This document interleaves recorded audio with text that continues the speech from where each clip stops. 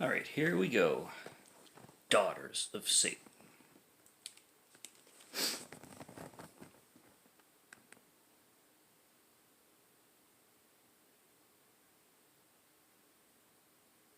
And we got torture.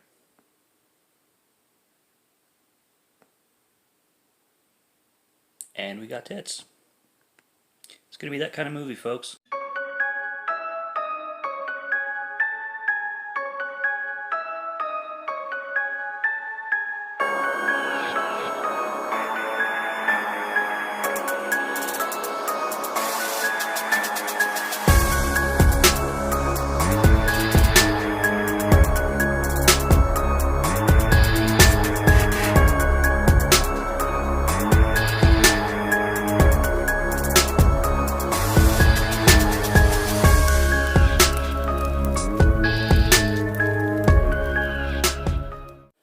What's going on, guys? Welcome to 31 Days of Horror. I am Morgan Film Fan. Let's jump into some scares. This is day 17. Half my candles aren't on because they are completely burnt out, so I will need to get some new ones. But this is about film reviews, not candles. So this is Daughters of Satan. This is a Scream Factory release.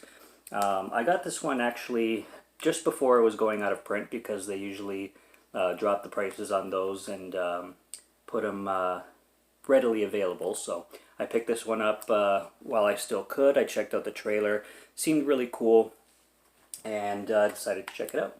So this is a 1972 film, and basically, what as you saw in my intro, it starts right off with the sadism and the brutal nature of sleazy exploitation kind of filmmaking. This one is American. I don't think it's Italian. Well, no, it's not. It's definitely an American production. So you start off with this whole satanic ritual situation that's really, really fucked up. And then it cuts to this man named Jim. And Jim goes to this art store to buy this painting that he wants to put in his house. That he, I think the store owner offered him like 200, but he brings it down to 75 because he's a art gallery owner, and he says like it's not going to be for my art gallery, it's going to be for my own personal use. So store owner gives it to him for 75. He takes it home, and then it turns into this bird with the crystal plumage situation where the woman looks at the painting and is automatically turned off by it and very off-put by this painting because of who's on it. And the husband, Jim, is like the woman in the painting, the woman at the stake, because this painting is basically about it's displaying a witch burning kind of thing.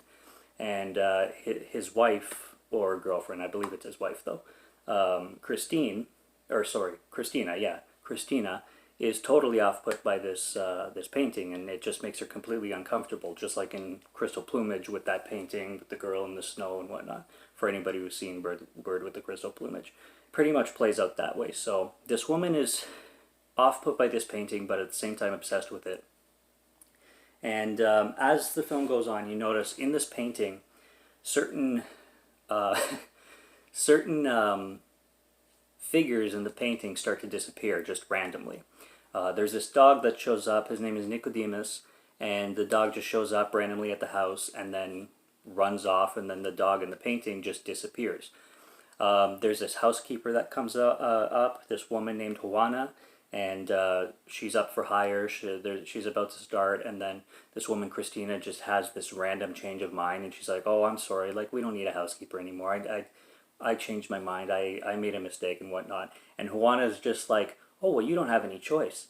And then she goes to her purse and she gives Christina something. She's like, here's a little token that you don't have any choice. And it's a huge-ass dagger. And I'm like, whoa. But then Christina, like 2 minutes later, is completely fine with it because she's smiling and talking to her husband again. And she's like, oh, Juana's going to be working 5 days a week. And I'm like, bitch, she just threatened you with a dagger. What the heck is going on here? So this painting starts to get a little bit more sketchy kind of thing, because things on it start disappearing and certain colors on the painting start to become more vibrant, and it just gets weird. I'm not going to say that this film is super easy to follow, because it's not, but for the most part, it's basically about, you know, evil presence and satanic witchcraft stuff that starts to get into Christina's mind.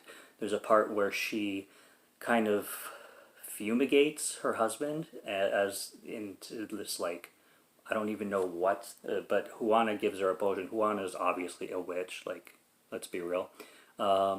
Gives her this potion to, she just gives it to her and she's like, don't worry, you'll know what to do with it when the time is right. And she does. She puts it in like this liquid stuff and fumigates this red and blue shit while her husband's sleeping. But she starts to get into these disoriented states where she basically loses track of time, you could say. There's scenes to, like, as the film goes on too, that involve these satanic situations, worship things, ceremonies, whatever you want to call them, that are quite disturbing, that actually are uncomfortable to watch because of the religious symbolism and what happens during it. It's kind of like that uncomfortable scene in The Exorcist, at least for me. I don't know. I don't like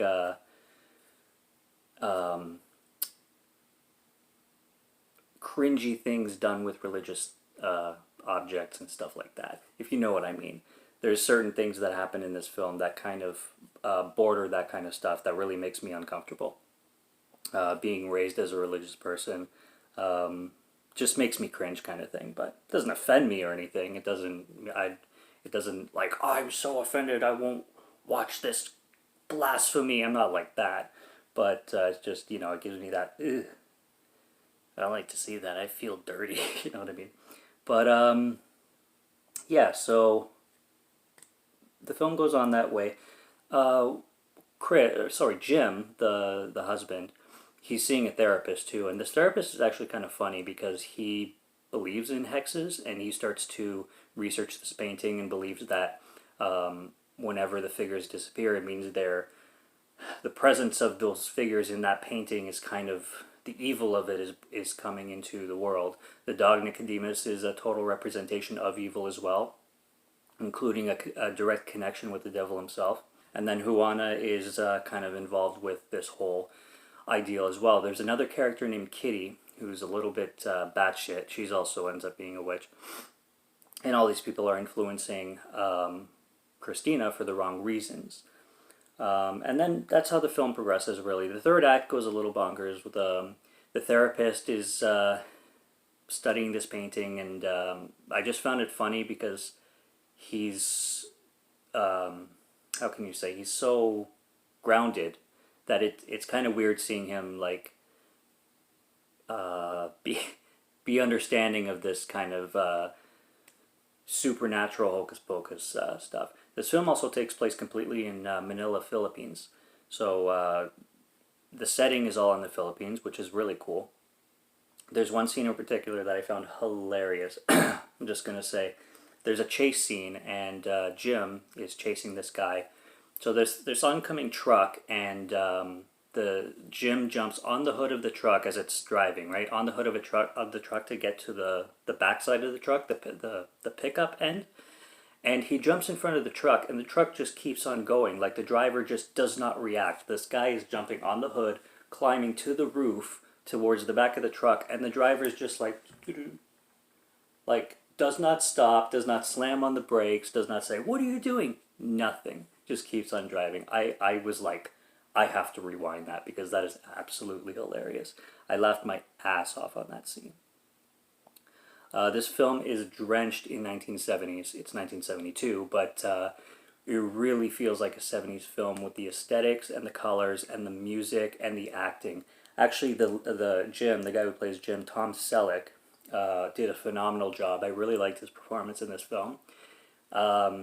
I looked him up just to see if he was anything else, and I saw his face, and I'm like, wasn't this guy in a soap opera, like friggin' Days of Our Lives or something like this? He was in Young and the Restless, so I'm like, of course, that's him.